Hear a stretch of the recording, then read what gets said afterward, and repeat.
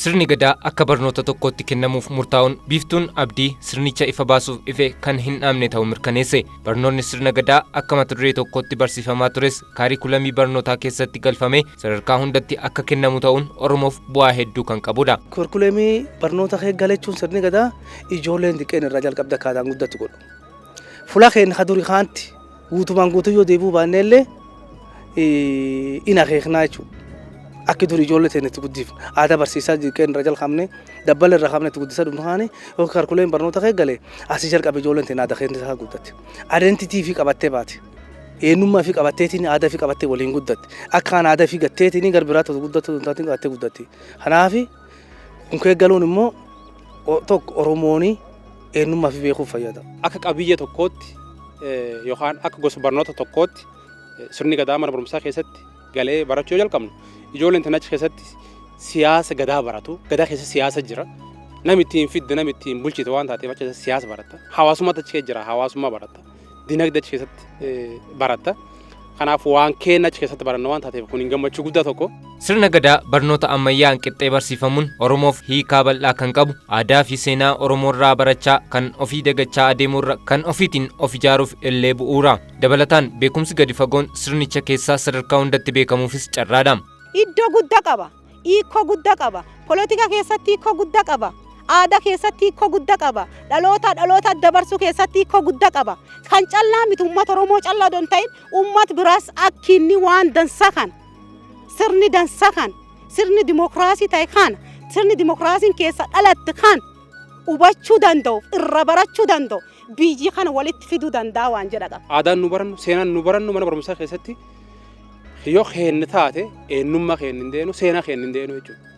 Amma seenaa keenya durii jaarrotatti dhiyaataa jaarrotirra baratta. Har'a ammoo eegii seenaan sun mana barumsaa sii dhufe mana barumsaa keessa baratta jechuudha. Kanaaf latii lafa dhuuf sun yookaan barataa lafa dhuuf sun inni eenyummaa isaa qabatee guddata. Seenaa isaa barachaa guddata. So fuulduraaf wanni inni dhaloota kan ittiin fufsiifneef hin jiru jechuudha. Sirni gadaa sirni barnoota sadarkaa cufaa beekamu isaati. Fayyada. As qofaaniti yoo baratan saayinsii baratanii amma yuunivarsiitiin bulaa waraafanii gosa barumsa maastersiif PhD illee kennuuf amma galtee maastersiif kennuu jalqabdee jirta PhD illee kennuuf jettee haasa'e. Harka barnuu dhaabbilee barnoota olaanoo ga'ee jira jechuudha. Harka saayinsii guutaa harka beekamta addunyaa ga'ee jira jechuudha. Yuunivarsiitiin Bulee Horaa waan hedduudha kan hojjechaa jiru. Tokko karaa baruu barsiisuutiin lammaffaan immoo karaa qo'annoof qorannootiin hojiiwwan hojjetamaa jiru. Karaa baruu barsiisuutti wal qabateetti sirna gadaa koorsii tokko goonee akan dipaartimentoota hundaaf kennamu sadarkaa digirii jalqabatte jechuudha. San kallattii keenya irratti hojjechaa jirra. Barnoota ittiin kennamaa jira. Lammaffaan immoo gadaaf seenaa Oromoo immoo digirii jalqabaatiin muummeen barnootaa tokko banamee barnoonni akka kennamuuf qophiin taasifamaa jira.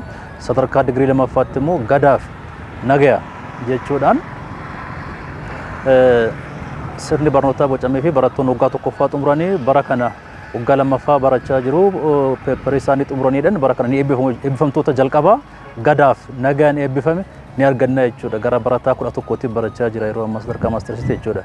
Inni biraa immoo bara kana keessa sadarkaa digirii sadaffaatti PhDdhaaf gara barattoota 6 ta'an fudhannee barnoota jalqabuudhaaf qophii irratti argamna. Isa malees immoo sirna gadaatti wal qabatee sadarkaa doktoreetii qofa osoo hin taane post doctoral fellowship barnoota doktorummaa boodaa jechuudha. Sadarkaa sanatti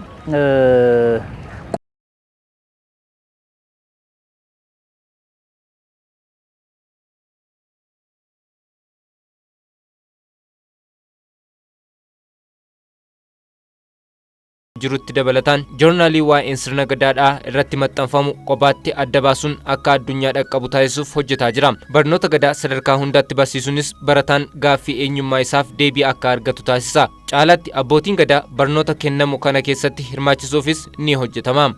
Abbootiin gadaa maanguddooti biyyaa namoonni waa'ee aadaa Oromoo sirriitti beekanu barataa qabxiif osoo hin taane akka isaan eenyummaa fi haala gaariidhaan qabatanii barachuu akka isaan danda'an barnoota idilee ka barsiisan barsiisuun osoo jiranuu barnoota wal maddiitiin kilaboota garaa hundeessuudhaan achi keessatti abbootiin gadaa dhufuudhaan mana barnootaa isaan bira ga'uudhaan yookaan barattoota immoo fudhatanii gara mana abbaa gadaa gara haadha siinqees ta'uu danda'a, haadha bollaa ta'uu danda'a, haadha yaa'aa ta'uu danda'a, haadha hambaalee ta'uu dandeetti isaan bira geessanii isaarra interaakti godha.